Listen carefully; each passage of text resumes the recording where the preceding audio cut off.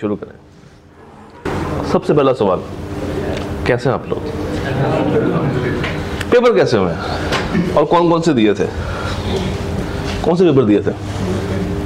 Group सारा दे दिया ना कर, कोई भी नहीं छोड़ा। कैसा हुआ? सीएम में टफ था, बाकी ओके हो गया।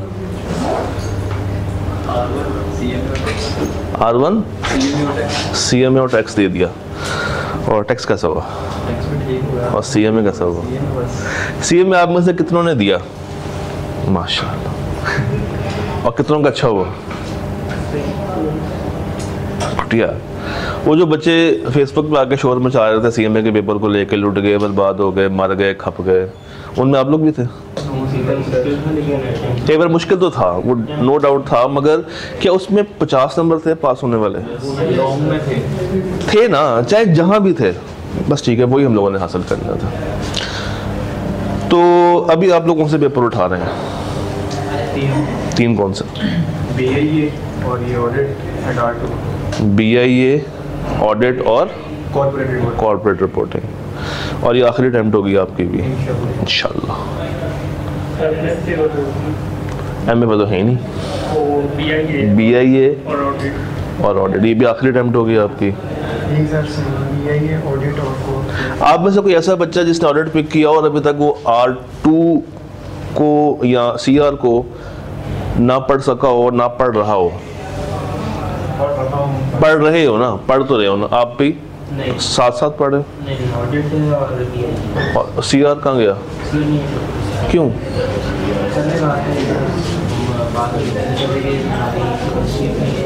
सर ने कहा था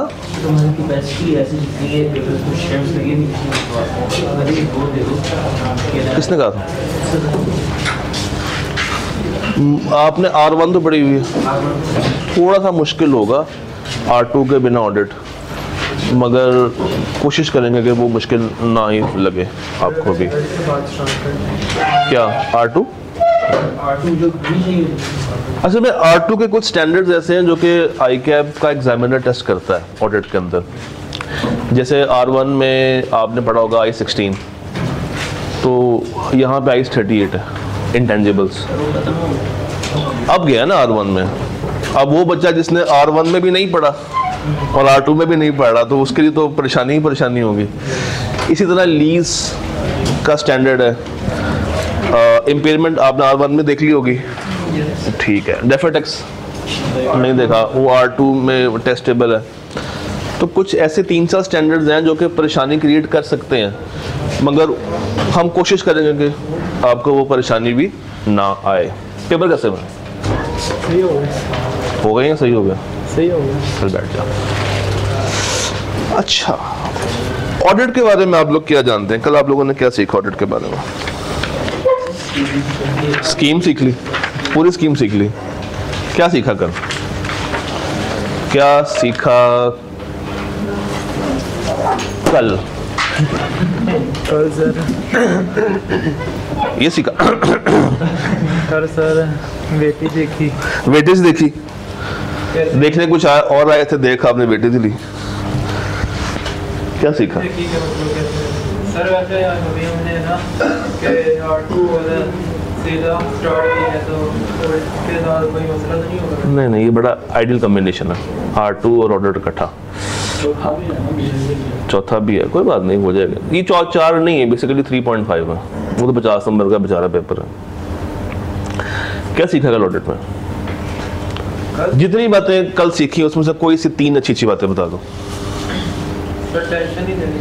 टेंशन नहीं लेनी, बस हम हैं ना, हम हैं तो टेंशन वाली बात ही कोई नहीं। और सर कल सर ने बताया कि मतलब कि कैसे कैसे के पेपर की ना वेटेज बतानी है। पेपर की वेटेज बताइए। अच्छा ठीक है। और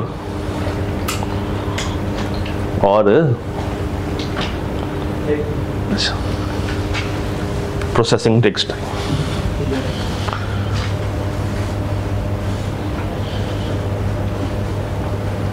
सर ने बताया कि उसका काम करना है। शुक्र। तो इस पे अमल भी करना है या नहीं करना? कितनी ग्रेड्स हैं ऑडिट में? वो जो आखिरी भाई बैठे हुए पिंक में, कितनी ग्रेड्स हैं ऑडिट के अंदर? ऑप्शन देता हूँ, 2, 3, 4, 5। 4 है। और 4 में से सबसे बड़ी ग्रेड कौन सी है? वो वेटेज के हिसाब से 5 चैप्टर्स हैं। वेटेज के हिसाब से 5 चैप्टर्स नहीं, मैं मार्क्स के हिसाब से पूछ रहा हूँ, मार्क्स के पॉइंट ऑफ व्यू से। तो 5 चैप्टर्स ही हैं मैक्सिमम। वो तो चैप्टर्स है ना। Grade A B C D में से सबसे बड़ी ग्रेड कौन सी है मार्क्स के पॉइंट ऑफ व्यू से?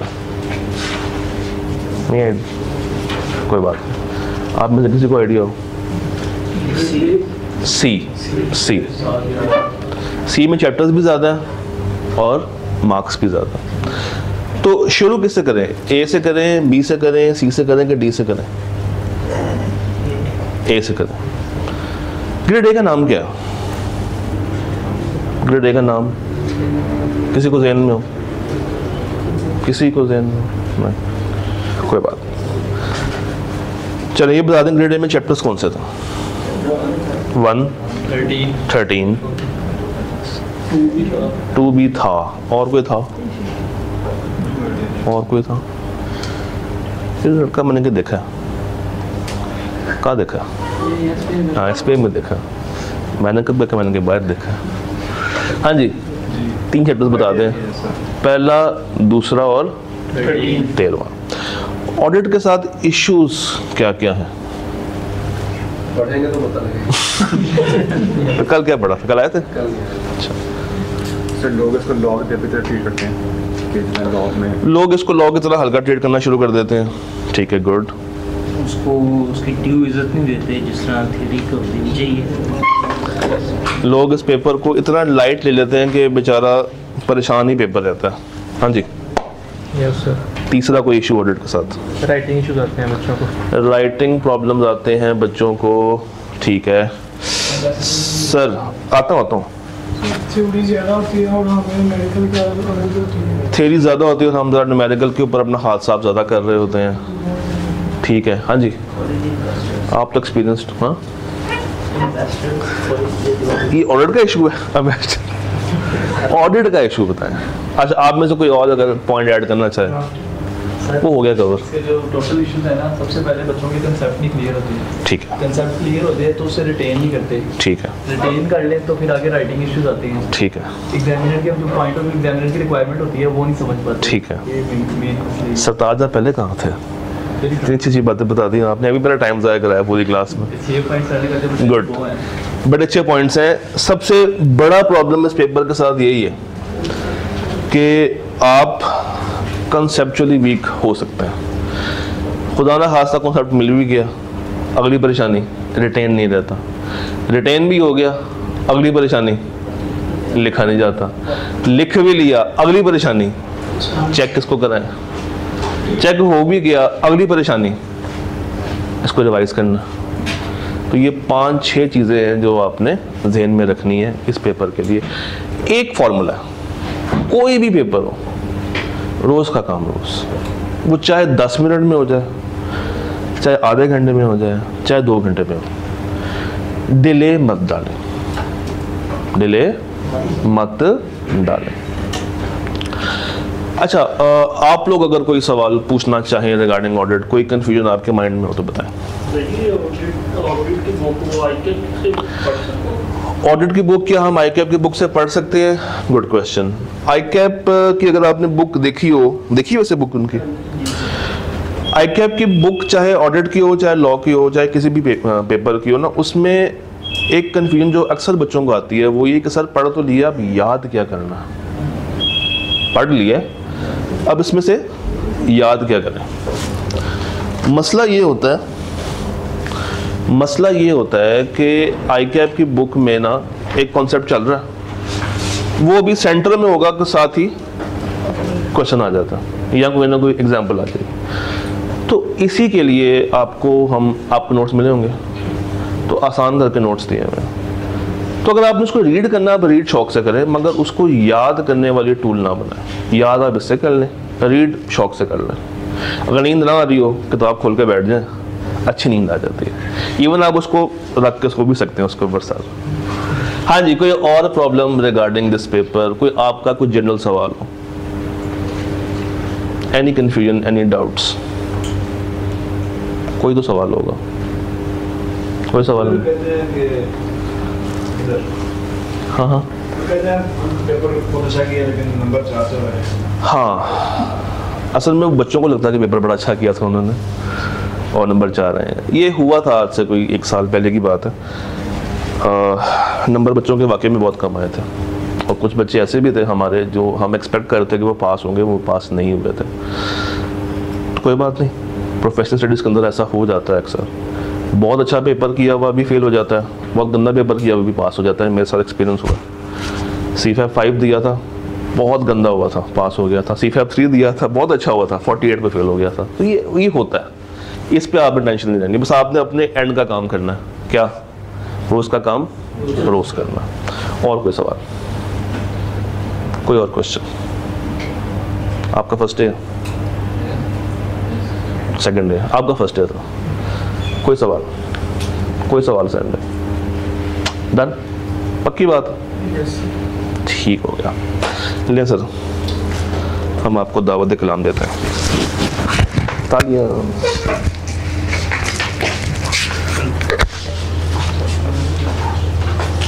मुलाकात होती है।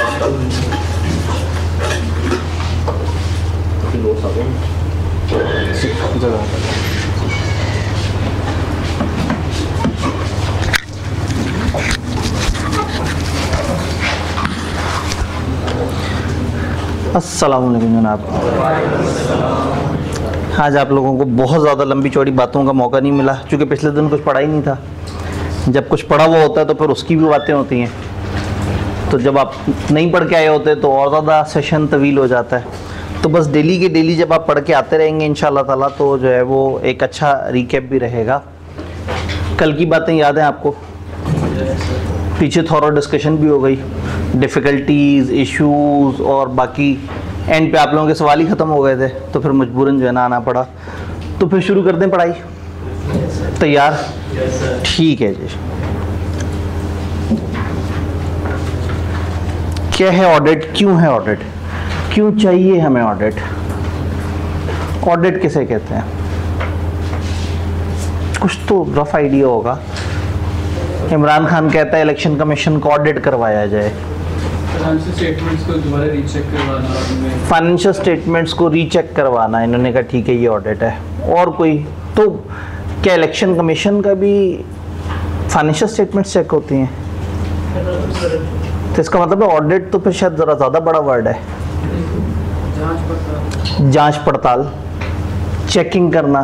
हम कहते हैं हमारी टीम की परफॉर्मेंस को ऑडिट करवाया जाए, पीसीबी को ऑडिट करवाया जाए, फलाना जो वो है फूड अथॉरिटी है उसने मुख्तलिफ रेस्टोरेंट्स का ऑडिट किया। तो ऑडिट बड़ा वर्ड है। ऑडिट का मतलब है जांच पड़ताल। ऑडिट का मतलब है किसी भी चीज़ को चेक करना और चेक करके बताना कि वो ठीक बनी हुई है या नहीं बनी हुई, वो काम ठीक हो रहा है या नहीं हो रहा। हर काम का एक पर्पज़ है ना। पीसीबी का एक पर्पज़ है, इलेक्शन कमीशन ऑफ पाकिस्तान का एक पर्पज़ है। तो ऑडिट का क्या मतलब होगा? चेक करें इलेक्शन कमीशन ऑफ पाकिस्तान ने अपना काम सही से किया या नहीं किया। तो आप अकाउंटेंट्स का भी कोई पर्पज़ होगा जब आप इदारे में जॉब कर रहे होंगे, तो इदारे का जो फाइनेंस डिपार्टमेंट है उसका भी कोई मकसद होगा। तो जो रिपोर्टिंग कर रहे होंगे उनका भी कोई मकसद होगा। क्या मकसद होगा? अकाउंट्स बनाएं, बस अकाउंट्स बना दें, अच्छा डेबिट क्रेडिट कर दें, ओके। सर ऑडिट का एक्चुअल मतलब ये अकाउंटेंट की सेंस में कि हमने ये देखना है कि जो IFRS के मुताबिक कंपनी ने अपने स्टैंडर्ड से जो मेंटेन IFRS के मुताबिक बनाए या नहीं बनाए। देखिए पुराने ज़माने में हम वर्ड अकाउंटिंग पढ़ते थे, आहिस्ता आहिस्ता ICAP अकाउंटिंग के वर्ड को एलेबोरेट करके बड़ा करके रिपोर्टिंग पे ले गया। आपका PRC में जो अकाउंटिंग का पेपर था उसका क्या नाम था? Intro to accounting. और कैफ में जो अकाउंटिंग का पेपर है फाइनेंशियल अकाउंटिंग एंड रिपोर्टिंग 1 और फाइनेंशियल अकाउंटिंग एंड रिपोर्टिंग 2 होता था। मजीद नई स्कीम में गए ICAP को लगा नहीं अभी इसमें अकाउंटिंग क्यों आ गया, तो FR2 का नाम कॉर्पोरेट रिपोर्टिंग कर दिया। तो आहिस्ता आहिस्ता एक अकाउंटेंट अकाउंटिंग से रिपोर्टिंग की तरफ जा रहा होता है।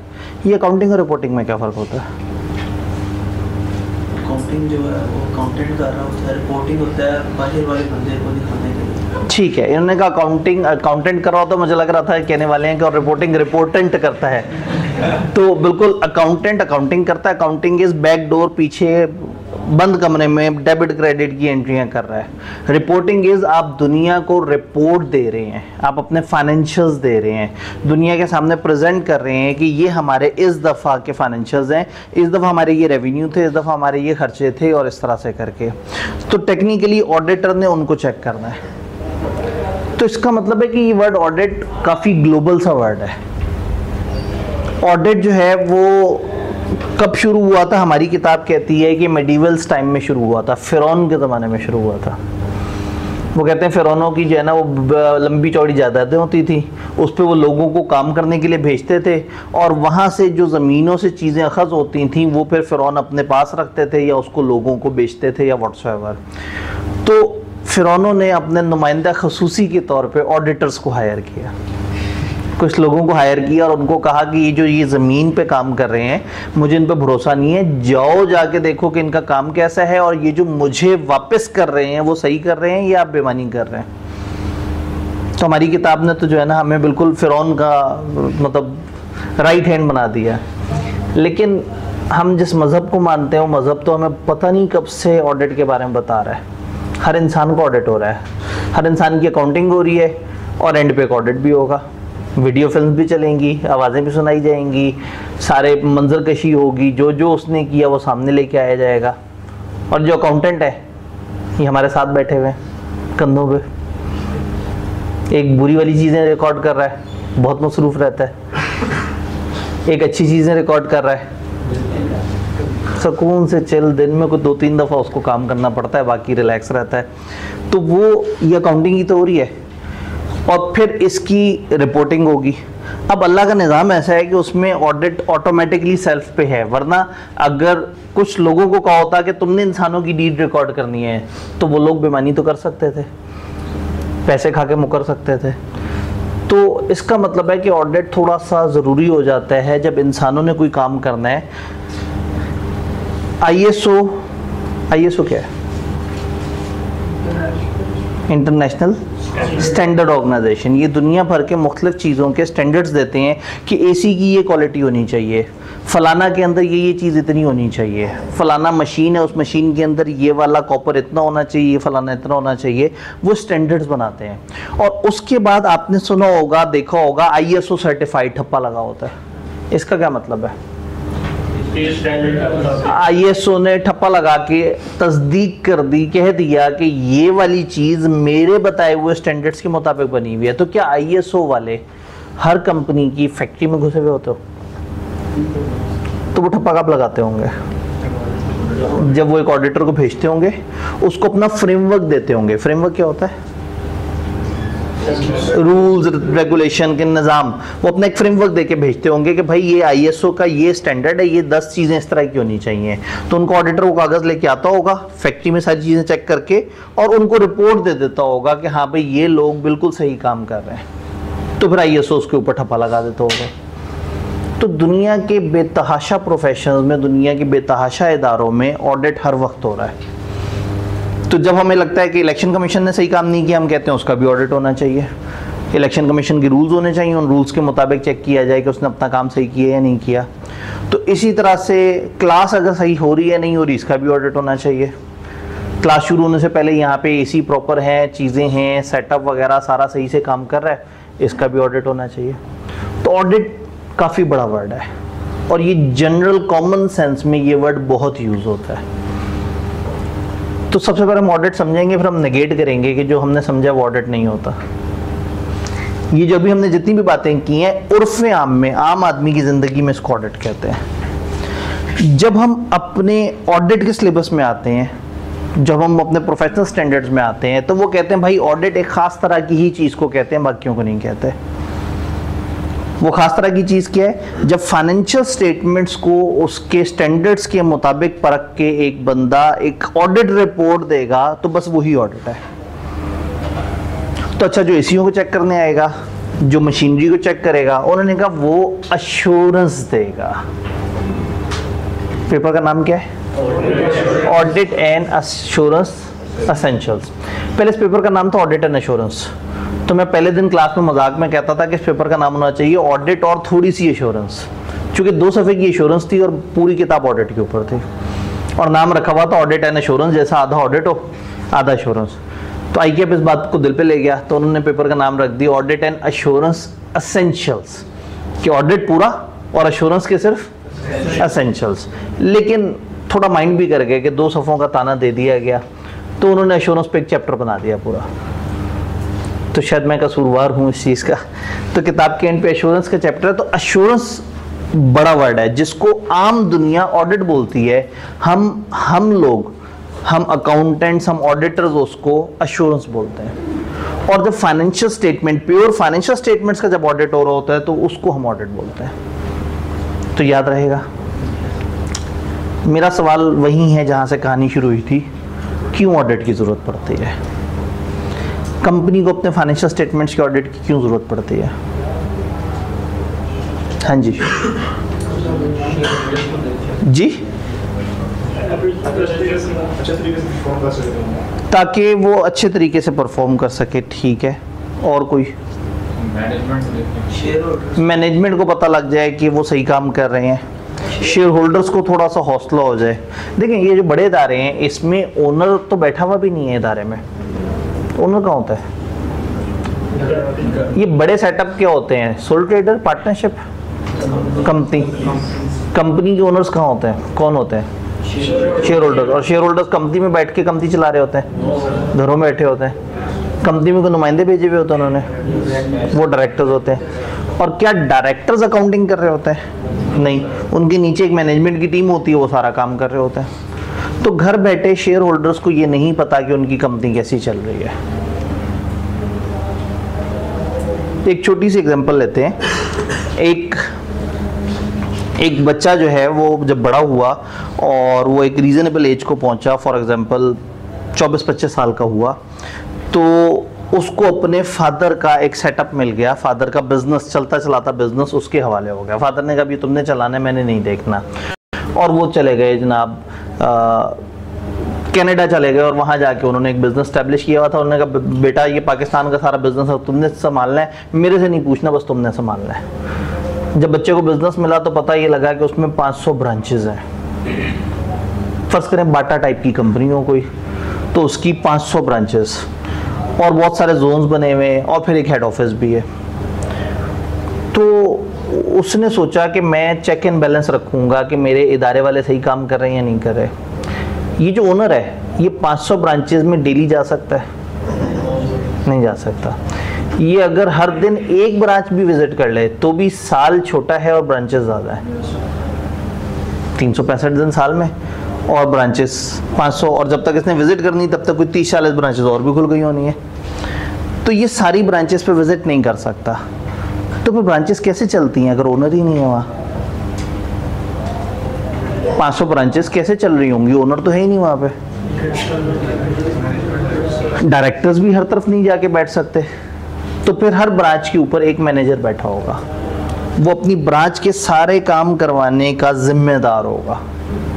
अच्छा, इस बंदे से तो डेली मिलता होगा, ये इन 500 बंदों से भी नहीं मिलता वो। तो फिर निज़ाम कैसे चलता है भाई? इनको तो अपने हेड से डायरेक्शंस लेने की ज़रूरत है ना। हेड ने पैसे भी देने हैं, इन्हें बताना भी है कि कैसे चलाना है, इन्होंने उसको बताना भी है कि हमारी ब्रांच कैसे चल रही है। तो फिर निज़ाम कैसे चलते हैं कंपनियों के? अगर ये 500 ब्रांचों में 500 लोग उनका निज़ाम चला रहे हैं और एक ओनर हेड ऑफिस में बैठा हुआ है, तो अब इससे अगला लेवल क्या होगा? डिविजन्स बन जाएंगे, एरियाज बन जाएंगे। हर 10 ब्रांचेस को हम कहेंगे कि ये नॉर्थ लाहौर है, ये साउथ लाहौर है, ये सरगोदा का एरिया है, ये साहिवाल का एरिया है, ये फलाना एरिया है। तो तकरीबन 8-8, 10-10 ब्रांचेस जोड़ के डिफरेंट एरियाज बन जाएंगे। तो शायद ये 500 ब्रांचेस के 50 एरियाज बन जाए। अच्छा, अब ये 50 लोग तो मिलते होंगे ओनर से। अभी जो एरिया है, तो एक एरिया के ऊपर एक एरिया मैनेजर बैठा देंगे। वो एरिया मैनेजर का क्या काम होगा? अपने नीचे की 10 ब्रांचेस को देखे, वो 10 ब्रांचेस के सारे लोगों से मिलता होगा, वो 10 ब्रांचों के मैनेजर से मिलता होगा। ब्रांच का मैनेजर अपने स्टाफ से मिलता है डेली, ये 10 मैनेजर से उनसे ऊपर वाला मैनेजर मिलेगा, डेली मिले, वीकली मिले, कोई ना कोई ऐसा सेटअप रख ले कि उनके साथ वो करे। अच्छा, इन 50 लोगों से भी ओनर नहीं मिलता। इस 50 सुपर सिस्टम कैसे जाता होगा? अब कुछ सूबे लेवल के मैनेजर बनाते होंगे, 4-5 और बड़े लेवल के मैनेजर होंगे, उनके नीचे 10-10 एरियाज आते होंगे, नीचे के 10 एरियाज को डील कर रहा है ऊपर का एक मैनेजर, उधर के 10 एरियाज को डील कर रहा है एक और मैनेजर, तो 5 प्रोविंशियल मैनेजर्स बन जाएंगे। प्रोविंशियल समझते हैं? और मैंने 5 बोला, पाकिस्तान में प्रोविंस कितने हैं? इस टाइम पे 5वां प्रोविंस जो है ना वो बेचारा बस मुश्किल हालात में है। वो कुछ जगह पे रिकॉग्नाइज हुआ है, कुछ जगह रिकॉग्नाइज नहीं हुआ। क्या है 5वां प्रोविंस? गिलगित बल्तिस्तान। जी भी। तो वो अभी बस लॉ में खिचड़ी चल रही है, लेकिन एक बड़ी शदीद कोशिश रही है काफ़ी अरसे कि वो सूबा बन जाए, लेकिन पाकिस्तान के निज़ाम में जो है ना वो सूबा बनाना इतना आसान नहीं तो अब तक जनूबी पंजाब तो बन ही चुका होता, जितना बड़ा पंजाब का फैलाव और जितनी आबादी है। लेकिन बहरहाल तो हर सूबे के ऊपर एक मैनेजर। अच्छा, ये हर सूबे का जो मैनेजर ये अपने अपने सूबे में होगा, ओनर अभी भी नहीं मिल सकता इनसे। अब क्या करें? महीने में एक मीटिंग रख लें, हफ्ते के हफ्ते तो मीटिंग नहीं रख सकते। ओनर किसी हफ्ते किसी सूबे, किसी हफ्ते किसी सूबे, और अगेन हफ्ते में मिलेगा भी तो किसी एक सूबे को जाके मिलेगा। तो बेहतर है कि महीने में एक मीटिंग कर ले और 5 को अपने शहर में बुला ले, आने जाने के पैसे भी दे दे, थोड़ा सा खाने पीने का भी वो कर दे, होटल छोटल में बिठा दे, मैनेजर्स की भी मज़े लग जाए और ओनर को भी सहूलत मिल जाए। तो ये ओनर को ये कैसे पता लगता है कि लाहौर की शादरा ब्रांच में कितने एम्प्लॉइज काम कर रहे हैं? कैसे पता लगता होगा? कौन बताता होगा? वो डाटा भेजते होंगे ना ब्रांचेस वाले, तो ब्रांचेस में वो डाटा को कौन अप्रूव करता होगा? मैनेजर भेज देता होगा। जब ये मैनेजर से मिलने का टाइम नहीं है तो क्या ये देख सकता है कि फलाना ब्रांच में एम्प्लॉइज कितने हैं? क्या उन्हें पैसे देते वक्त सामने मौजूद होगा? नहीं। अच्छा चलो, सामने मौजूद नहीं है, घर बैठ के ऑनलाइन ट्रांजैक्शन करता होगा सारे एम्प्लॉइज के अकाउंट में। वो कौन करता होगा? वो भी एक अकाउंटेंट होगा, वो भी एक मैनेजर होगा। तो ओनर मैनेजर्स के सहारे है। अगर इन मैनेजर्स ने उसे धोखा दे दिया ना, एक ब्रांच है जिसमें 12 बंदे हैं और हर दफा वो 13 बंदों की रिपोर्ट भेजते हैं, और ओनर शायद 4 साल बाद उस ब्रांच में एक्चुअल विजिट पे पहुंचे और उस दिन वो कह सकते हो बंदा छुट्टी पे। तो अगर ये एम्प्लॉइज मिल गए आपस में तो ओनर तो गयो, खत्म। इसी तरह से तो फ्रॉड होता है। तो अब ओनर को अचानक से ये टेंशन हुई कि अगर कोई घोस्ट एम्प्लॉय निकल आया, एक एम्प्लॉय जो एग्जिस्ट ही नहीं करता, वो एक ब्रांच में कागजों में मौजूद है और हर दफ़ा उसके पैसे किसी अकाउंट में जा रहे हैं और वहाँ से ब्रांच मैनेजर साहब या ब्रांच मैनेजर ब्रांच के एडमिन आपस में हाफ हाफ डिवाइड कर रहे हैं। छोटी सी चीज़ है ये, एक एम्प्लॉय की सैलरी कितनी होगी? मिनिमम वेज 37,000 है इस वक्त, और बैंक्स वगैरह तो बहुत ख्याल रखते हैं गवर्नमेंट के रूल्स का, तो शायद 50,000 का एम्प्लॉय होगा वो एक ब्रांच में। ब्रांचें कितनी हैं? साल में महीने कितने हैं? याद है मटेरियलिटी इंडिविजुअल और when aggregated with other. Definition याद है कुछ मटेरियलिटी की कहीं पड़ी थी कि मटेरियलिटी एक बड़ी चीज़ को कहते हैं जो अकेली बड़ी हो या छोटी छोटी सी मटेरियल चीज़ें मिलके बड़ी हो जाएं। 50,000 मल्टीप्लाई बाय 500 मल्टीप्लाई बाय 12। अब किसी की मैथ तो अच्छी होगी, तो पहले आसान काम कर लेते हैं, 500 को 12 से मल्टीप्लाई कर देते हैं, 6,000 हो गया। ठीक है जी, और 6,000 को मल्टीप्लाई कर देना 50,000 से। अब 6 को 50 से मल्टीप्लाई कर देते हैं, 300 हो जाएगा। उधर से 1000 मिला, उधर से 1000 मिला, इसके एंड पे लगा देंगे 300 मिलियन। 300 मिलियन पाकिस्तान की आबादी 30 करोड़। सिर्फ एक मासूम सा क्यूट सा फ्रॉड साल में 30 करोड़ का पड़ा। ये कुछ भी नहीं है, ये तो पूरे साल में पूरा पाकिस्तान मिलके कर रहा है ना। एक अकेली फैक्ट्री की बाइंग में इतनी गेम तो आराम से हो सकती है। जिसकी 500 ब्रांचें हैं पाकिस्तान में, वो को बहुत ही बल्क में परचेज तो करते होंगे, जो भी रॉ मटेरियल वगैरह बना रहे हैं, जो भी चीज़ बना रहे हैं, तो वो इकट्ठे कोई 50-60 करोड़ का माल तो खरीदते होंगे हर महीने। तो माल ओनर खरीदता है? नहीं, माल खरीदने भी एक मैनेजर जाता है। जब वो बार्गेन कर रहा होता है तो उसकी वीडियो भेजता है? वीडियो भी नहीं भेजता। वो गया, उसने एक जगह बार्गेन की कि जी हमें आपसे ये माल चाहिए, उन्होंने कहा जी ये माल आपको मिलेगा 60 करोड़ का। उसने कहा नहीं जी हम इतना बल्क माल उठा रहे हैं, हर महीने आपसे उठा रहे हैं, हम 60 नहीं हम 50 देंगे। उन्होंने कहा नहीं 50 नहीं, ऐसे 55 पे डन हो गया। 55 करोड़ में माल उठाना है।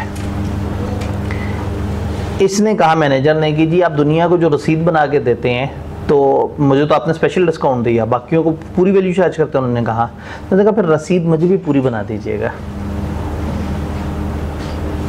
और वो आपका छोटा बेटा सुना है 8वीं क्लास में आ गया, ये उसके लिए थोड़े से कुछ गिफ्ट्स हैं, कुछ टी शर्ट है इसके अंदर, कुछ अच्छे से खिलौने वगैरह हैं बच्चे के लिए। जाहिर है मतलब हम एक दूसरे का ख्याल नहीं करेंगे तो और कौन करेगा। रसीद 60 की बनाइएगा। तय हमारा 55 हुआ है, लेकिन उन्होंने कहा क्यों, जब 55 तय हुआ उन्होंने कहा कि रसीद हेड ऑफिस भेजनी है। हेड ऑफिस वालों को रसीद चाहिए होती है पूरी अमाउंट पे। उसने कहा ये तो कुछ गलत नहीं है। उसने कहा आपका दूसरा बच्चा, उसको साइकिल की भी ज़रूरत होगी, वो भी बड़ा क्यूट सा बच्चा है। या बताएं कि भाभी के लिए कोई सेट वगैरह सोने का, जिसने 5 करोड़ का गबन करना है वो 2-3 लाख रुपए लगा देगा, क्या जा रहा है। और इंसान है ना, उसको ईमानदारी से काम करने की तो सिर्फ तनख्वाह मिलती है। और इधर भी वो अपने दायरे से गद्दारी थोड़ी कर रहा है, बल्क में डिस्काउंट सबको मिलता है, उसने इसको दे दिया, बस सिर्फ रसीद ही तो आगे पीछे की है। इंसान को इस तरह का फ्रॉड करते हुए जो 5 करोड़ बीच में रख रहा है वो तो एक अलग है, जिसने सिर्फ कागज ही थोड़ा सा आगे पीछे किया उसको लगेगा इसमें क्या है। और अगर सिर्फ कागज पे थोड़ा बहुत आगे पीछे लिख देने से उसके एक बच्चे को साइकिल मिल जाती है, बेगम को एक वो आर्टिफिशियल ज्वेलरी का सेट मिल जाता है, एक दूसरे बच्चे को खिलौने मिल जाते हैं, तो कितना मजेदार काम है। एक महीने में एक फैक्ट्री की बाइंग की एक ट्रांजैक्शन में 5 करोड़ तो अंदर हो गया। तो 50-60 करोड़ तो गैर महसूस तरीके से, जब इतनी बड़ी बाइंग में पता भी नहीं लगेगा कहाँ गया 5 करोड़। तो पूरे पाकिस्तान की एक फैक्ट्री तो नहीं ना होगी, 2-3 तरह की फैक्ट्री होंगी। तो हर जगह एसी भी ठीक होते होंगे, खराब होते होंगे ना, फिर ठीक भी होते होंगे। जब खराब होते होंगे तो उनकी वीडियोस भेजी जाती होंगी हेड ऑफिस? नहीं, किसी इंसान पे भरोसा किया जाता होगा कि वो बताएगा कि एसी खराब हुआ था, फिर मैं मैकेनिक को लेके आया था, इलेक्ट्रीशियन को लेके आया था, फिर उसने पैसे लिए थे।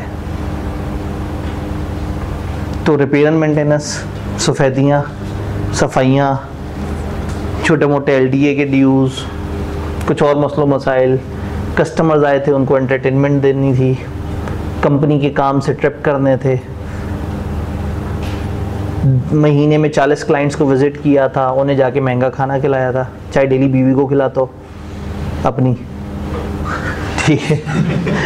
मैंने आप लोगों के ज़हन पे क्वेश्चन मार्क आ गया कि डेली बीवी को कौन खिलाता है, लेकिन अपनी बीवी कह के मैंने ज़रा उसको मामले को, तो कहने का मतलब ये है कि ये बंदा तो सर पकड़ के बैठ गया। वो जिसने अपने अब्बा जी से बिजनेस टेक ओवर किया था, उस जगह में जो तो इतनी समझ ही नहीं है कि मेरा बिजनेस कैसे चल रहा है, ये तो हर बंदा दोनों हाथों से मुझे लूटने पे लगा हुआ है। मैं क्या करूँ, उसको किसी सियाने ने कहा तुम अकाउंट्स बनवा लो, उसमें पता लग जाएगा सब।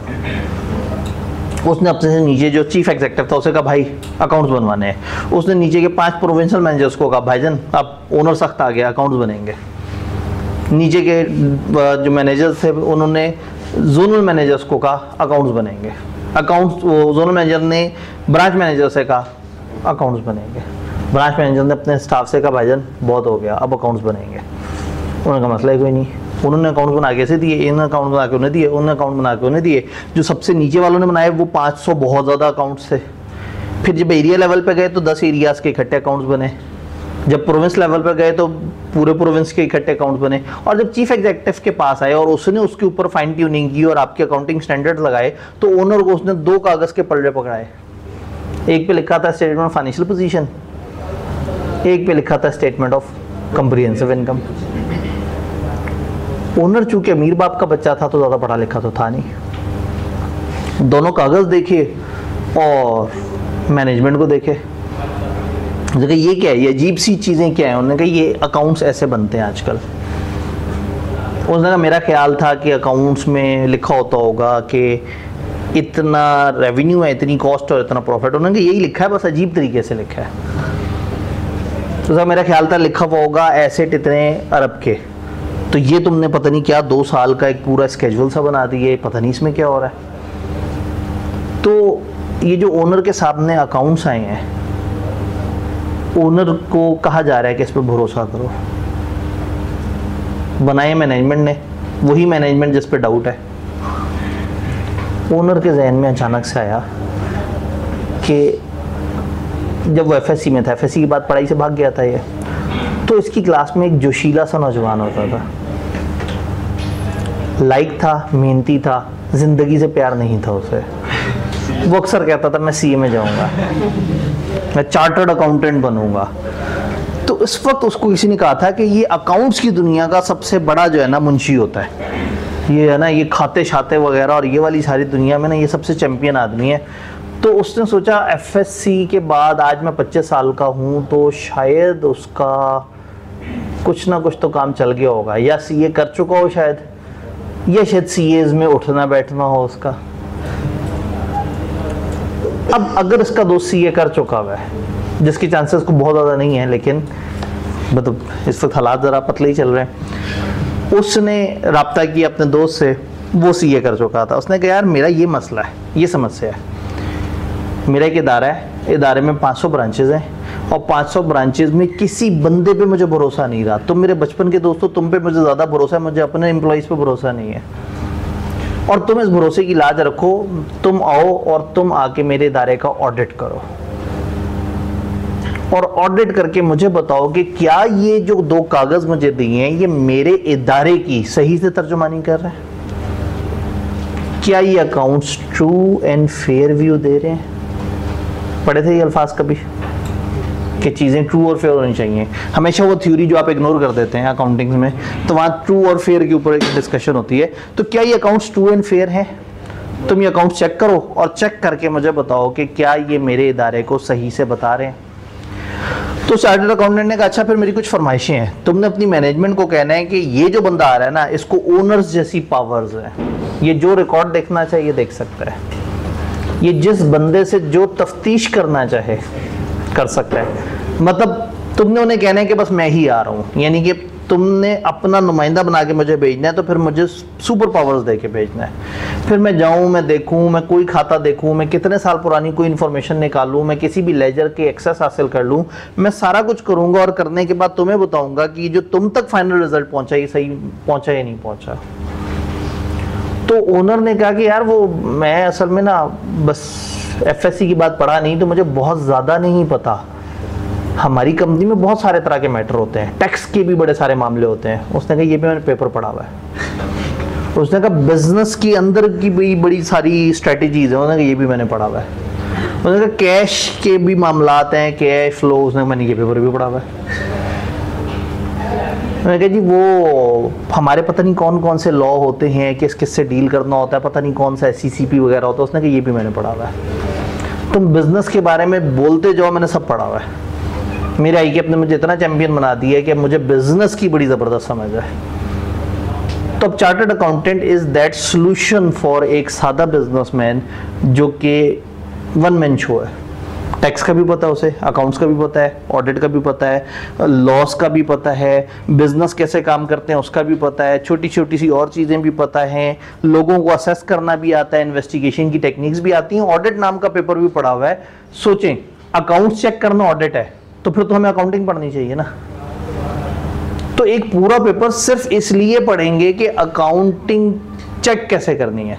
अगर आपको IAS 16 आता है तो शायद मैं एक जुमले में कह दूंगा आपने चेक करना है कि IAS 16 का स्टैंडर्ड फॉलो हुआ है या नहीं हुआ।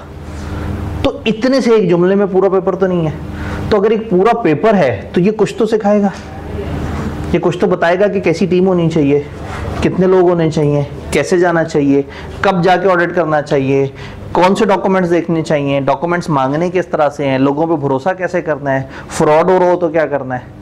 फलाना मसला हो तो क्या करना है, इस सिचुएशन को कैसे डील करना है, कंपनी के कंट्रोल्स को कैसे देखना है, कंपनी के जो आपको डॉक्यूमेंट्स मिले उनके ऊपर प्रोसीजर्स कैसे लगाने हैं, प्रोसीजर लगा के उसका एविडेंस कैसे हासिल करना है, उसको रिपोर्ट में कैसे लिखना है। तो हम एक पूरा पेपर सिर्फ और सिर्फ इस स्किल पे पढ़ते हैं, कमाने वाली स्किल है। अकाउंटेंट कम पैसे लेते, ऑडिटर ज़्यादा पैसे लेता है। तो आपने वो जो गरीब वाले पेपर पढ़े हुए थे, अब आप अमीर पेपर में आ गए। आपने सुना होगा हम लोग कैफ के बाद एक ख़ास तरह की फर्म में जाते हैं, अकाउंटिंग फर्म में जाते हैं, ऑडिट फर्म में जाते हैं। आप अकाउंटिंग के दीवाने रहे, इज्जत आपको ऑडिट ने देनी है। तो ऑडिट फर्म हमारे प्रोफेशन का एक ख़ास लेवल है कि हम लोग बड़े होके अपना कारोबार कर सकते हैं। वी आर अलाउड कि हम अपनी प्रैक्टिस स्टार्ट कर सकते हैं, हम ऑडिट फर्म शुरू कर सकते हैं और फिर हम कंपनियों का ऑडिट कर सकते हैं।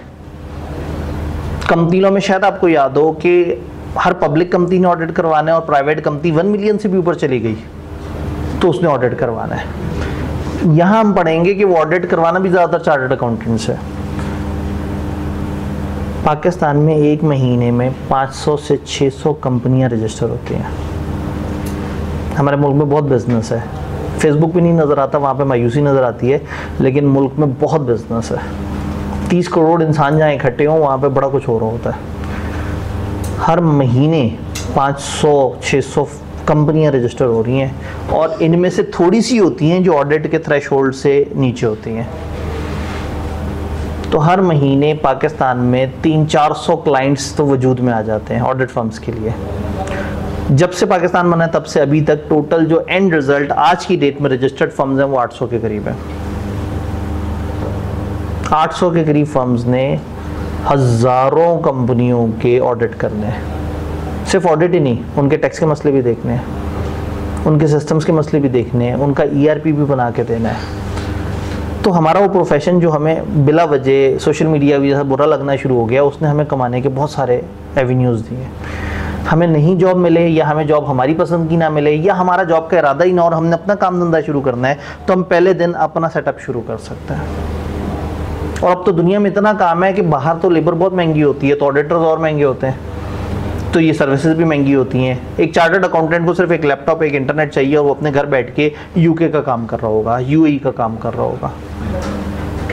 तो हमारा प्रोफेशन हमें इस लेवल की इज्जत देता है और हम बदले में फेसबुक पे ये लिखते हैं कि पता नहीं कहाँ आ गया, फंस गया, जलील लोग हैं, घटिया लोग हैं, ये करते हैं, वो करते हैं।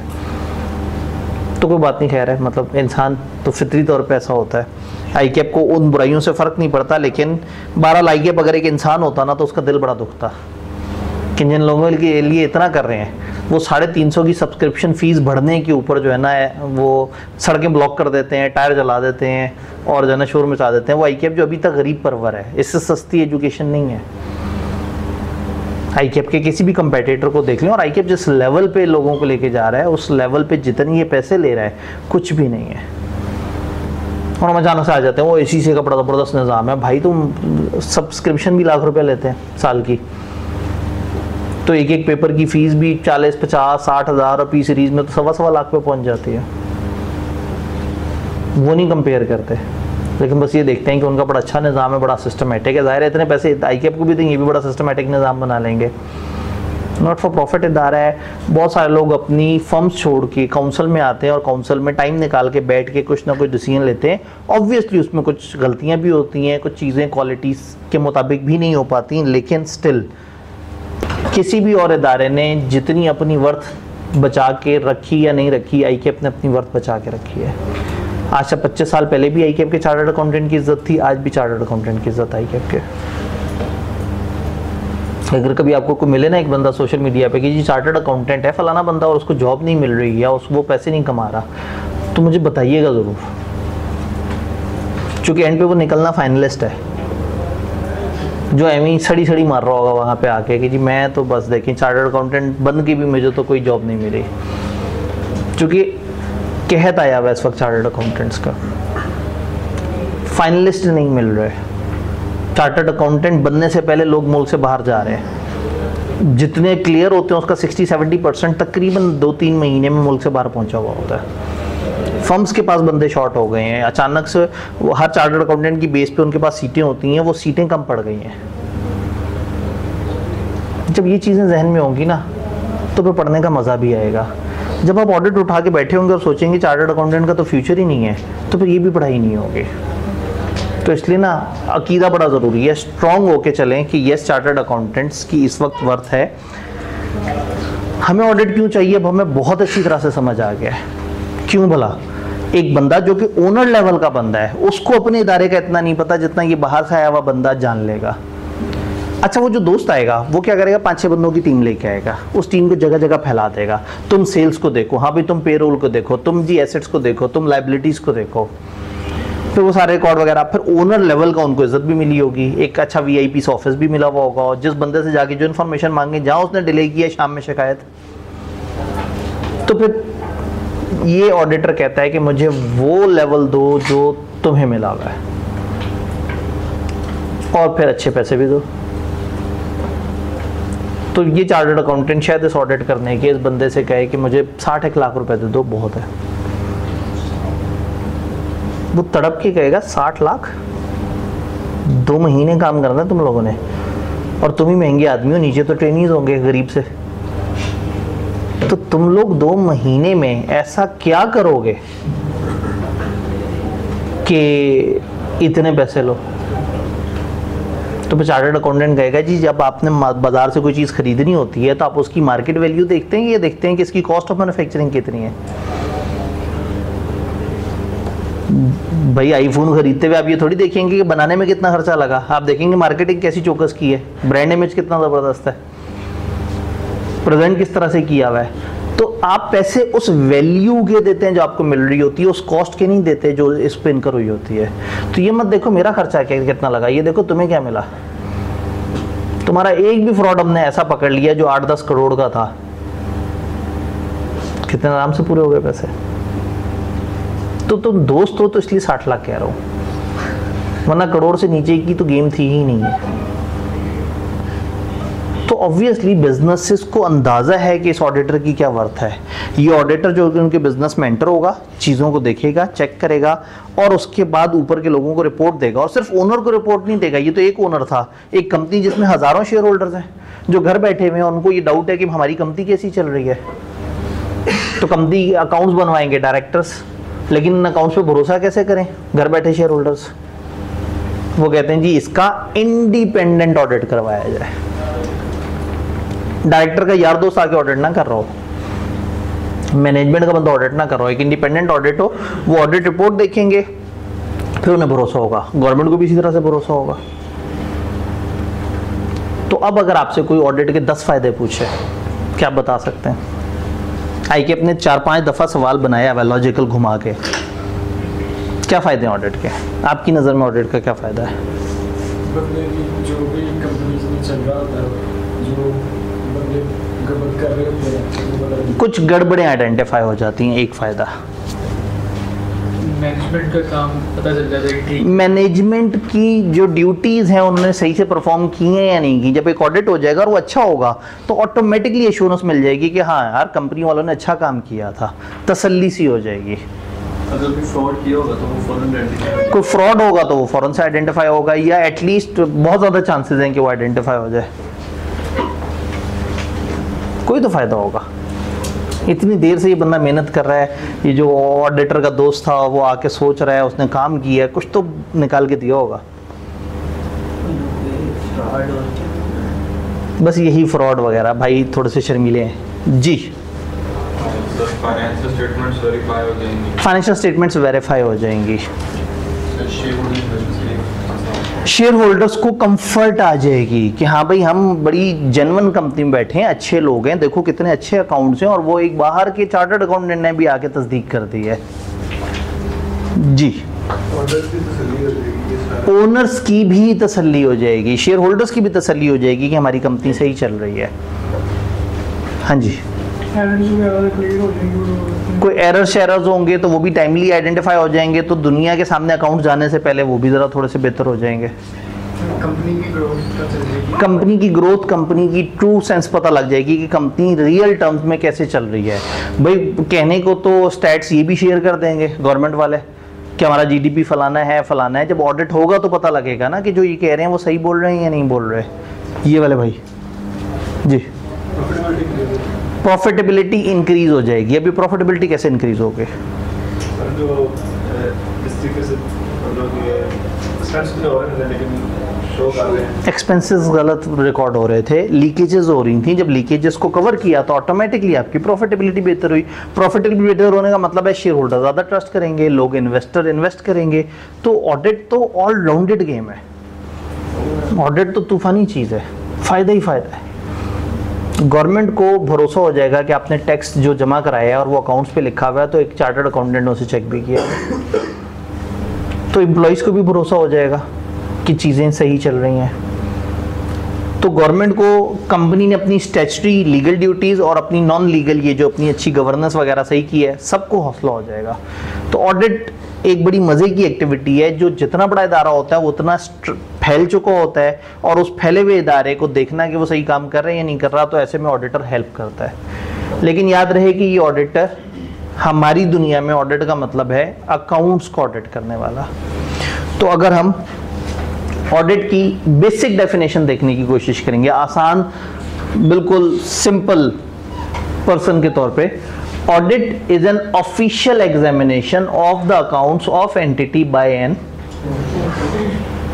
तमाम अल्फाज को देखते हैं। ऑडिट की तो डेफिनेशन है, ऑडिट क्या है? Official examination.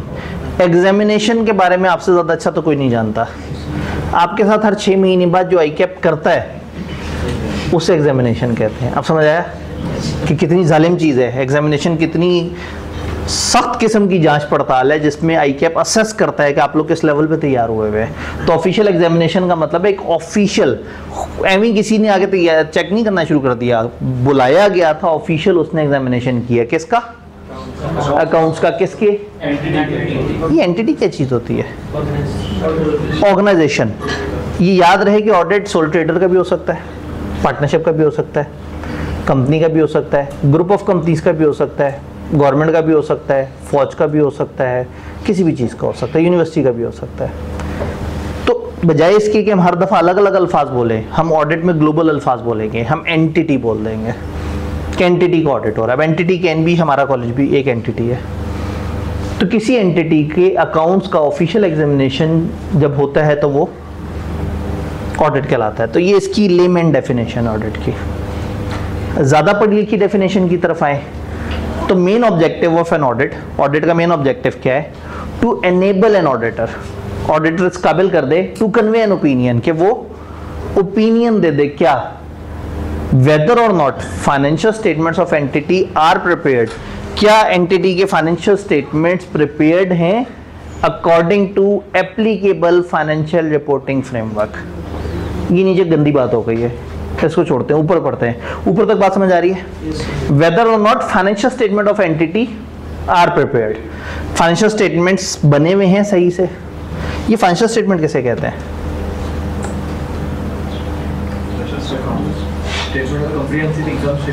Statement of comprehensive income, वो सारी चीजें। किताब को लगा कि आपको याद करा दे तो उन्होंने आपको कहा कि फाइनेंशियल स्टेटमेंट एक स्ट्रक्चर रिप्रेजेंटेशन है कंपनी की हिस्टोरिकल इंफॉर्मेशन। हिस्टोरिकल कौन सी होती है भला? जो पास जो हो गई हैं एंट्रीज वगैरह उसकी। और एज पर IAS 1 वो कहते हैं कि ये चंद कंपोनेंट हैं जो उसके अंदर होते हैं, ये 5 तरह की स्टेटमेंट्स और फिर कंपैरेटिव्स इसके साथ होते हैं। तो मेरा नहीं ख्याल कि इस डेफिनेशन को देख के हमें को बहुत ज़्यादा परेशान होना है। इससे पहले सरुसामा ने आपको एक आइडिया दे दिया होगा कि यहाँ हमने याद नहीं करना, लॉ नहीं है ये। आप पूरी किताब का जो मर्जी जुमला जिस मर्जी अल्फाज में लिख दें, अगर आपने सही से बता दिया तो आपको नंबर मिल जाएंगे। यहाँ लॉ की तरह डेफिनेशन नहीं है जो हर्फ बहर्फ याद करनी हो। ज़्यादा से ज़्यादा एक आध जगह ऐसी आएगी जहाँ हम आपको कहेंगे कि भाई ये रिपोर्ट के ये कंटेंट है, बस ये इसी तरह से याद करने हैं। अदरवाइज पूरे ऑडिट में हम आपको क्रैम करने का नहीं कहेंगे। तो फाइनेंशियल स्टेटमेंट समझ आई। अब फाइनेंशियल स्टेटमेंट्स को चेक करना है कि क्या ये अच्छे बने हुए या नहीं बने हुए। अब मेरा ओपिनियन, ये भाई की ओपिनियन और ये भाई की ओपिनियन से फ़र्क हो सकता है। हमने ओपिनियन देना ना, कि मेरे ख्याल में अकाउंट सही बने या नहीं बने। मैंने अकाउंट देखे, उसमें व्हीकल्स आ रही थी फिक्स एसेट्स में, या उसका नया नाम नॉन करंट एसेट्स में। मुझे इससे बड़ी चिढ़ है भाई, व्हीकल से ज़्यादा चलती फिरती चीज़ कौन सी, ये कैसे फिक्स एसेट हो गया। और अगर ये नॉन करंट है तो अगर इलेक्ट्रिक व्हीकल हो तो एक इलेक्ट्रिक व्हीकल जो करंट से चलती है हम कह रहे हैं नॉन करंट एसेट। तो मुझे बीइंग अकाउंटेंट मज़ा ही नहीं आया। मैं कह यार ये क्या फजूल सी बात कर दी। डेप्रिसिएशन मुझे आज तक नहीं समझ आई। भाई मैं एसी खरीद के लेके आया, मैंने मैनेजमेंट से कहा भाई बताओ हमारे खाते क्या बने। उन्होंने कहा एसी खरीदा तो आज है, 10 साल पे डिवाइड होगा। तो जी 2 लाख का एसी है, इस साल सिर्फ 20,000 का खर्चा लगा। मैंने कहा भाई नहीं 2 लाख लगा मेरा। उन्होंने कहा नहीं सर इस साल सिर्फ 20,000 लगा। मैंने कहा भाई मेरी जेब से 2 लाख निकल गया, मुझे उस 2 लाख का हिसाब चाहिए। उन्होंने कहा जी वो उसके अगेंस्ट यूं करके एक एसेट रिकॉर्ड होगा और वो हर साल 20-20 हज़ार रुपया ऐसे ऐसे करके एडजस्ट होता रहेगा। मैं कहूँगा तो भाई तुम्हारे मुताबिक मुझे प्रॉफिट हो रहा है। भाई मेरा रेवेन्यू 10 लाख, मेरे खर्चे 6 लाख, प्रॉफिट होता 4 लाख, मैं एसी खरीद लाया, 2 लाख लग गए, अब मेरा प्रॉफिट हो गया 2 लाख, क्योंकि मैंने 2 लाख का तो एसी खरीद लिया। उन्होंने कहा नहीं नहीं सर इसने 10 साल कमा के देना है, आप इसको 2 लाख नहीं इसको 20,000 पे खर्चा रिकॉर्ड करें, तो आपका प्रॉफिट है 3,80,000। मैं कहा भाई मेरे हाथ में जो कैश है वो 2 लाख है। मुझे नहीं समझ आ रही ये वाली बात। तो अब मुझे डेप्रिसिएशन नहीं समझ आ रही, मुझे गाड़ी नॉन करंट एसेट लगती ही नहीं, मुझे करंट एसेट लगती है।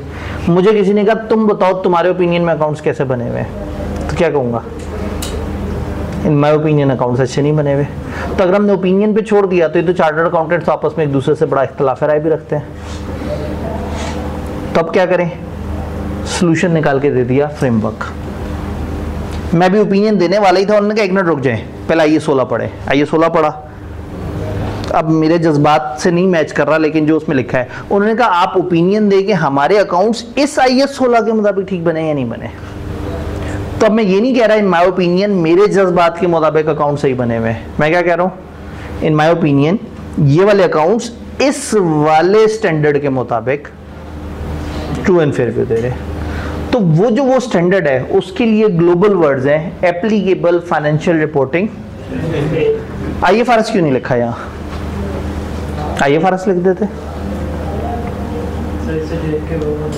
IFRS दुनिया के कुछ मुल्कों में, 2 बड़े आज़मों में US गैप्स चल रहे हैं। ऑस्ट्रेलिया के अपने अकाउंटिंग स्टैंडर्ड है, इंडिया के अपने अकाउंटिंग स्टैंडर्ड है। सोल ट्रेडर की अलग अकाउंटिंग स्टैंडर्ड्स होते हैं, कंपनियों के अलग स्टैंडर्ड होते हैं। कंपनियों के अंदर भी आप लोगों ने पता नहीं कॉर्पोरेट रिपोर्टिंग में अभी तक ये बात आई है नहीं है, ये 4th स्केड्यूल 5th स्केड्यूल अलग अलग होते हैं। तो इसलिए जिस तरह से हमने कंपनी नहीं बोला था एंटिटी बोला था, हम अकाउंटिंग स्टैंडर्ड नहीं बोलेंगे, हम बड़ा वर्ड बोलेंगे। वो क्या है, एप्लीकेबल फाइनेंशियल रिपोर्टिंग फ्रेमवर्क। जो भी फाइनेंशियल रिपोर्टिंग का फ्रेमवर्क होगा, निज़ाम होगा, जो भी इन पे एप्लीकेबल होगा। ये कंपनी है तो कौन से स्टैंडर्ड, ये नॉट फॉर प्रॉफिट है तो कौन से स्टैंडर्ड। अब देखें नॉट फॉर प्रॉफिट की तो अकाउंटिंग ही डिफरेंट है, वो प्रॉफिट वालों से डिफरेंट है। तो अब दोबारा से पढ़ते हैं। Main objective of an audit is to enable an auditor to convey an opinion as to whether or not financial statement of entity are prepared according to applicable financial reporting framework। तो आपने एक auditor को इस काबिल कर देना है कि वो ओपिनियन दे सके कि क्या financial statement applicable financial reporting framework के मुताबिक है या नहीं है। अभी भी इस जुमले में ना एक लफ्ज़ उलझ रहा है, ओपिनियन देना है। चार्टर्ड अकाउंटेंट को बुलाया, अच्छा खासा काम किया उसने, 60 लाख रुपए लिए और एंड पे कहा शायद मेरे ख्याल में अकाउंट्स ठीक बने हुए हैं। ये क्या बात हुई, एब्सोल्यूट एश्योरेंस क्यों नहीं दे रहा, ये क्यों नहीं कह रहा है कि मैं कसम खा के कहता हूँ अकाउंट सही बने हुए। 60 लाख लिए, तस्दीक करे, ठप्पा लगा के जाए। ये क्यों कह रहा है कि इन माय ओपिनियन, जो उसको डाटा मिला है वो उसके मुताबिक काम कर रहा है। तो ओनर ने तो इजाजत दी थी जिस मर्जी से जो मर्जी डाटा मांग लो। इतनी खुली इजाजत के बाद ओपिनियन जैसा कमजोर लफ्ज क्यों?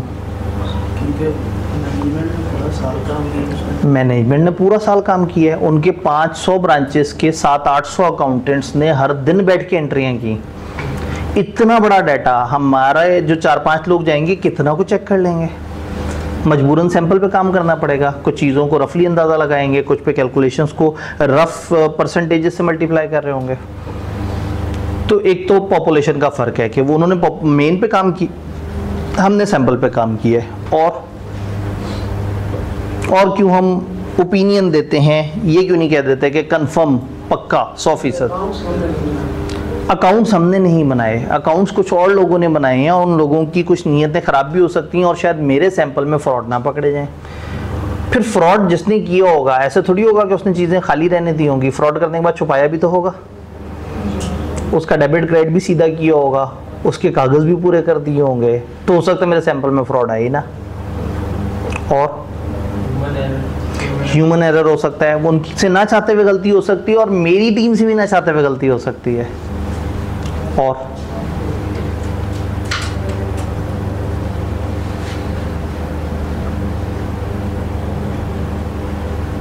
हल्का क्यों खेल रहे हैं हम, ओपिनियन क्यों? अच्छा, अकाउंट्स बनाने वालों को तो अकाउंट्स पे पूरा भरोसा होता होगा, जिसने डेप्रिसिएशन डाली होगी वो यकीन से कहता होगा ये एग्जैक्टली 10 साल इसकी यूजफुल लाइफ है और इसकी रियलाइजेबल वैल्यू एग्जैक्टली इतनी होगी। वो भी तो एस्टिमेट्स पे चल रहे होते हैं। तो बैड डेट रिकॉर्ड करने वाला जो प्रोविजन रिकॉर्ड करता है वो भी एस्टिमेट होता है। तो जब अकाउंट्स बनाने वालों ने अकाउंट्स में एस्टिमेट डाले हुए हैं, एब्सोल्यूट फिगर नहीं डाली हुई, तो मैं ऑडिटर कैसे उसके ऊपर एब्सोल्यूट राय दे सकता हूँ? फिर जिसको ऑडिट करने जा रहे हैं उनको हम तंग भी बहुत करते हैं। जून 30 खत्म हो गया, पिछले साल के अकाउंट बने, अब वो अगले साल की अकाउंटिंग कर रहे हैं और मैं जुलाई अगस्त में पहुंच के पिछले साल की बातें पूछ रहा हूँ। कभी डाटा मिल रहा है, कभी नहीं मिल रहा, कभी बंदा मिल रहा है, कभी नहीं मिल रहा, उनको भी दिक्कत है, हमें भी दिक्कत है। तो इस प्रोसेस की अपनी कुछ लिमिटेशंस हैं जिस वजह से एक ऑडिटर एब्सोल्यूट एश्योरेंस नहीं दे पाता। एश्योरेंस समझते हैं ना, तसल्ली, तो हम एब्सोल्यूट तसल्ली नहीं दे सकते। फिर हम जो तसल्ली देते हैं ना, हम ऐसे कहते हैं ये रीज़नेबल तसल्ली है, मुनासिब तसल्ली है। तो ऑडिटर के बारे में कहा जाता है कि ऑडिटर रीज़नेबल एश्योरेंस देता है, मुनासिब सी तसल्ली देता है, हाई एश्योरेंस देता है, बट एब्सोल्यूट नहीं देता। एब्सोल्यूट किसे कहते हैं? 100% एश्योरेंस नहीं देता, एक रीजनेबल सी एश्योरेंस दे रहा होता है। फिर ऑडिटर एविडेंस पे चलता है, इवेंट्स पे नहीं चलता। जिस वक्त बैड डेट हुआ था ऑडिटर तो मौजूद भी नहीं था, वो तो कागजों को देखेगा। 25 मई को मिस्टर गुप्ता से 13 करोड़ का माल खरीदा गया, 25 मई को ऑडिटर था ही नहीं वहाँ, उसे कैसे पता लगा माल खरीदा गया है? वो तो खुद बेचारा कागजों पे चल रहा है, उसके पास जो खुद एविडेंस आ रहा है वो कंक्लूसिव नहीं है, परसुएसिव है। कंक्लूसिव का क्या मतलब होता है? हतमी। तो परसुएसिव निकला परसुएट से, उसके पास जो एविडेंस है उसको देख के उसे लग रहा है ऐसा हुआ होगा। मैं जुमले को थोड़ा सा समझाता हूँ, घबराए तो नहीं बैठे। इस वक्त हम ऑडिट का एक ओवरऑल स्ट्रक्चर समझ रहे हैं कि ऑडिट क्यों हो रहा है, इसके फायदे क्या हैं और इसके प्रॉब्लम्स क्या हैं, इश्यूज क्या हैं। एक एग्जांपल देता हूँ, 27 अक्टूबर 2025 आने वाली है, पता नहीं इस दिन कोई ख़ास बात है या नहीं है, रैंडमली एक दिन सिलेक्ट हुआ 27 अक्टूबर 2025। बहुत ज़्यादा रैंडम डे तो नहीं है, ठीक है जी। 27 अक्टूबर 2027 को यहाँ 2 बच्चे बैठे हुए हो और दोनों के मोबाइल पे सुबह 8:30 से 9 के दरमियान एक मैसेज आए। अभी भी अगर आपको तारीख नहीं समझ आई तो ठीक है जी। 27 अक्टूबर 2025 को 2 बच्चे यहाँ पे बैठे हुए और दोनों के मोबाइल में मैसेज आया। एक का मैसेज आया पता नहीं क्या, दूसरे का मैसेज आया पता नहीं क्या, हमें कुछ नहीं पता, वो कमरे में बैठे, हम तो सीन से ही आउट है। मैं गाड़ी से निकला और चलते चलते चलते कमरे की तरफ आ रहा था कि एक बच्चा कमरे से बाहर भागता हुआ निकला, हाथ में चाकू है और उसमें से खून टपक रहा है। कमरे में पहुंचा तो एक बच्चे के पेट पे चाकू खुबा हुआ है, या एक बच्चा पेट पे हाथ रख के और जो है ना पेट से खून निकल रहा है और वो तड़प रहा है। क्या हुआ होगा? एक बच्चा दूसरे को कत्ल करने की कोशिश कर रहा होगा, या एक बच्चा दूसरे को चाकू मार के भागा है। सर हो सकता है वो सुसाइड कर रहा हो, जिसका निकलना सही है और दूसरे से बचाने की कोशिश कर रहा हो। अब देखिए ना, आंखों ने जो देखा, जो बाद में एविडेंस मिला वो ये था कि एक शख्स चाकू समेत भाग रहा है, चाकू पे खून है और कमरे के अंदर एक बच्चा तड़प रहा है। लेकिन असल में दोनों का जब मैसेज आया तो एक बच्चे का पेपर पास हो गया था, एक का पास नहीं हुआ। जिसका पास नहीं हुआ था वो एहतियातन अपने साथ चाकू भी लेके आया हुआ था। उसने कहा घर में रह के नहीं, यहाँ पे जो है ना बस रिजल्ट आएगा, अगर अच्छा ना आया तो बस कोई फ़ायदा ही नहीं है। मतलब खुदकुशी इस वक्त ना ट्रेंड में है, फैशन में। मतलब छोटे छोटे से बच्चों को लगता है कि बस ज़िंदगी ख़त्म हो गई। भाई इतनी प्यारी इतनी खूबसूरत ज़िंदगी है, एक पेपर फेल होने से ख़त्म हो जाती है।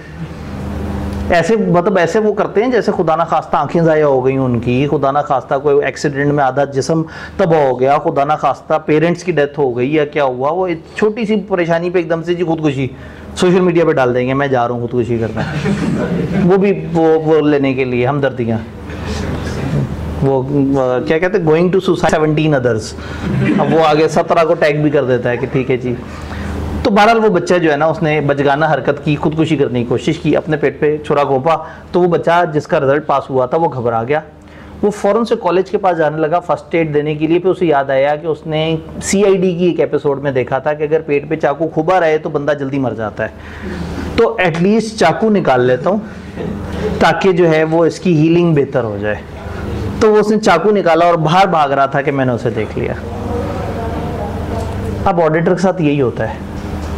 ऑडिटर कमरे में चाकू वाले मामले के वक्त मौजूद नहीं था, लेकिन ऑडिटर बाद में शवाहिद इकट्ठे करता है और एक ओपिनियन बिल्ड करता है। तो इसलिए हम कहते हैं ऑडिटर की ज़िंदगी का सबसे बड़ा प्रॉब्लम ये है कि उसे कंक्लूसिव एविडेंस नहीं मिलता, परसुएसिव मिलता है। उसके सामने एक रसीद है, जिस रसीद पे लिखा हुआ है 25 मई, जिस पे लिखा हुआ है 13 करोड़, जिस पे लिखा हुआ है मिस्टर शमशाद, जिस पे कंपनी के एक डायरेक्टर के साइन हैं, जिस पे एक तारीख आ रही है, उसको मानना पड़ता है कि इस दिन ये ट्रांजैक्शन हुई थी और इस दिन मिस्टर शमशाद को माल गया था और इस दिन कंपनी के फलाना शख्स ने मौके पे मौजूद होकर साइन भी किए थे, चाहे ये सारे साइन अलग अलग तारीखों पे हुए हों। लेकिन चूंकि ऑडिटर को मिला है हिस्टोरिक डाटा, तो अब ऑडिटर जो एविडेंस करेगा, एविडेंस हासिल करेगा, वो बहुत मजबूत नहीं होगा। तो जिसका एविडेंस बहुत मजबूत नहीं हो वो हतमी ओपिनियन कैसे देते हैं? तो इसलिए हम अपनी ऑडिट की दुनिया में अश्योरेंस जो देते हैं वो होती है रीजनेबल अश्योरेंस। थोड़ा सा आगे चल के एडवांटेजेस ऑफ स्टैट्यूटरी ऑडिट देख लेते हैं। क्या एडवांटेजेस हैं? क्रेडिबिलिटी बढ़ जाती है, समझ आता है, कंफर्म कर देता है मैनेजमेंट को कि उन्होंने अपनी जो लीगल जिम्मेदारियां हैं वो भी सही से अदा कर दी हैं, और जो नॉन स्टैट्यूटरी होती हैं, जो लीगल नहीं है, कुछ और अच्छी गुड परफॉर्मेंस या इस तरह की जिम्मेदारियां, वो अच्छी तरह से अदा करती हैं। सेकंड पेज पे नीचे करके आ रहा होगा। प्रोवाइड कर देगा feedback on effectiveness of internal control, की कंपनी के जो सिस्टम है, कंट्रोल्स हैं, वो मजबूत हैं, तभी तो अच्छा काम चला उनका। अगर इंटरनल कंट्रोल वीक या इनएडिक्वेट हैं, अगर उनके कंट्रोल्स अच्छे नहीं है, उनका निज़ाम अच्छा नहीं है, तो ऑडिटर सजेशन भी दे सकता है। उसने चीज़ें चेक की, एरर्स निकले, कहेगा भाई अगली दफ़ा ये काम ऐसे कर लेना, ये काम ऐसे कर लेना, तो बेहतरी भी हो जाती है। जो गलतियां मिलती हैं अगली दफ़ा वो वाली चीज़ें रिपीट नहीं होती। This will assist management in reducing risk and improving the performance of the company. अब मैं सिर्फ सिंबॉलिकली पढ़ रहा हूँ, आप इनमें से एक भी जुमला ऐसे ना लिखें, आप खुद से लिख दें। गवर्नमेंट को ट्रस्ट हो जाता है, शेयर होल्डर हैप्पी हो जाते हैं, कुछ भी लिख दें, जो लॉजिकल है वो चल जाएगा। यहाँ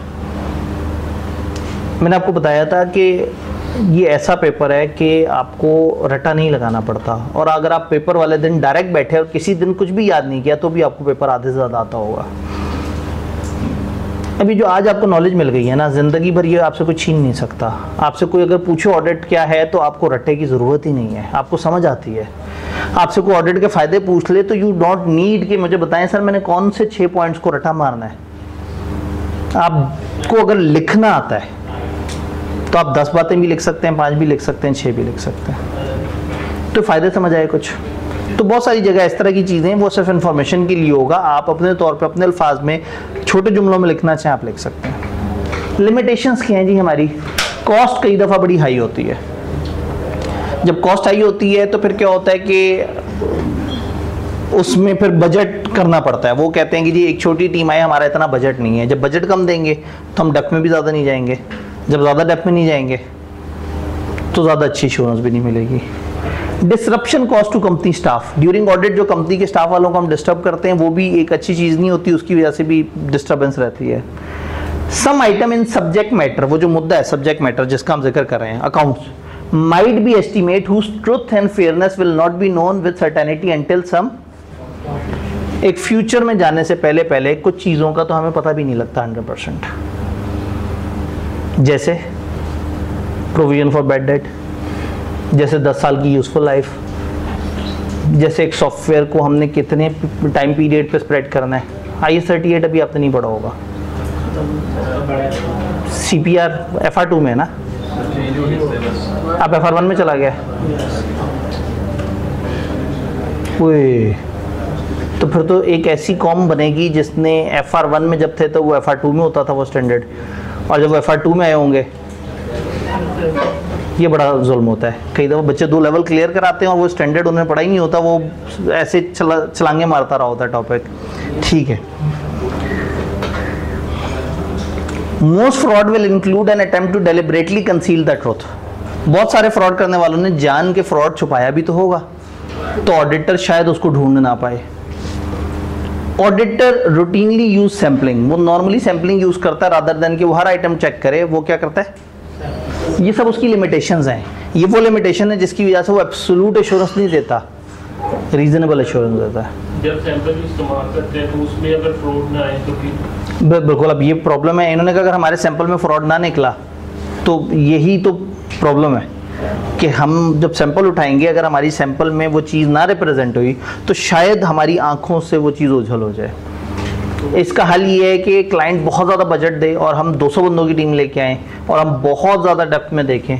जब तक हम 100% आइटम चेक नहीं ना कर लेते, अगर मैं 99% चीज़ें भी चेक कर लूँ, हु नो कि उस 1% में फ्रॉड है। तो इसलिए ऑडिटर की दुनिया की ये मसलो मसाइल हैं। एक डॉक्टर जिसने 1000 दफ़ा एक ऑपरेशन किया होता है ना, जब वो ऑपरेशन थिएटर में लेके जा रहा होता है मरीज को, घर वाले कहते हैं क्या चांसेस हैं सक्सेस के, कहते हैं 99%, कह दे 100%। इसलिए कि कुछ चीज़ें हमारे कंट्रोल में ही नहीं है। अंदर उस बंदे की बॉडी अचानक से कुछ रिएक्ट कर ले, उसका माजी में कोई हिस्ट्री रही है, उसके जेनेटिक कुछ इस तरह का मसला हो, किस तरह का ऑपरेशन उसको सूट ना करता हो, या वो घर वालों ने उसको सुबह इन्होंने कहा था भूखा पेट रख के आना, उसने सुबह कहा कि जी वो ऑपरेशन के लिए जा रहा हूँ, कुछ खाने को दे दें, हो सकता है खाना खिलाती हो। अब डॉक्टर कितनी चीज़ों को कंट्रोल करे, तो एक चार्टर्ड अकाउंटेंट जो ऑडिट करने आया वो किस चीज़ की जिम्मेदारी ले, तो फिर पैसे क्यों दे रहे हैं लोगों से? वो जितनी तसल्ली दे रहे हैं ना उसके लिए वो पैसे फिर भी कम है।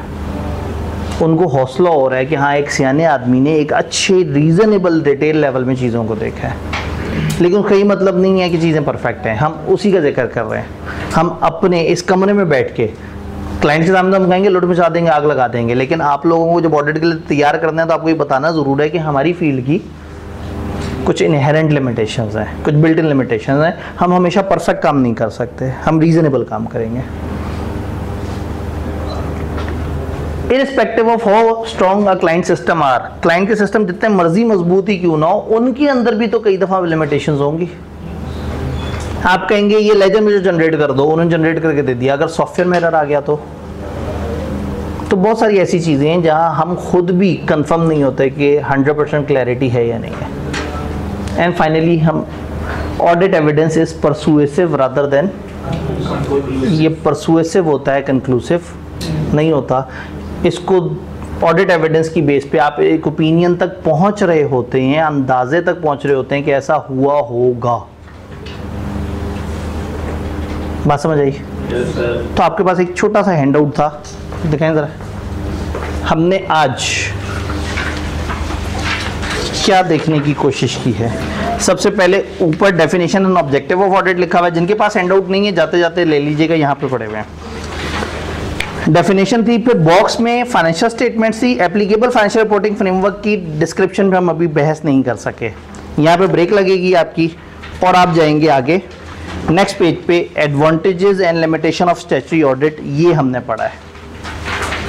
ये जो पहला पेज है, जो आगे पीछे करके ये ऑडिट की बेसिक्स बता रहा है। तो अभी हमने इसको 2 दिनों में डिवाइड कर दिया है। कल फिर से चीज़ें रिपीट करेंगे और कल कुछ और छोटे छोटे से कॉन्सेप्ट पे मज़ीद बात कर रहे होंगे इंशाल्लाह। डन, इंशाल्लाह ताला मिलते हैं।